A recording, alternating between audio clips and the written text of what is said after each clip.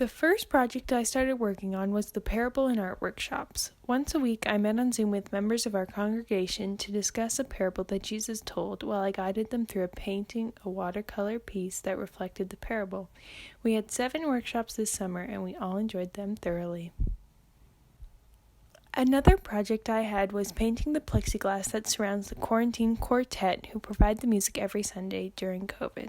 The flowers, wheat, rainbows, and tree brighten up the videos that accompany the music each week. This summer, the congregation has been challenged to read the book of Acts in the Bible. Upon completion of this challenge, one can receive a small painting that I have done. There are many biblical and religious symbols that I have painted to choose from.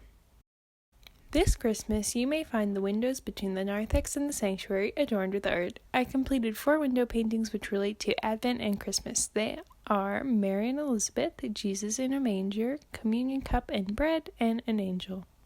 One of my favorite projects this summer was attending a beginner stained glass class to learn the basics of making a stained glass art piece from beginning to end. My piece depicts a landscape.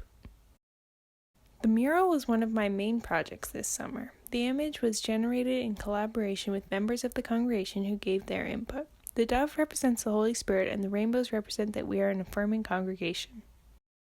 The last project I worked on was a collection of paintings depicting the small groups we have in the church. The groups depicted are Wednesday Evening Learning Circle, United Church Women, Prayer Shawl Ministry, McClure Fellowship of Gardeners, Food Pantry, Right Relations, Hearts on Fire Bible Study, Caring Committee, Musicians, Wonder Kids, and Youth Group.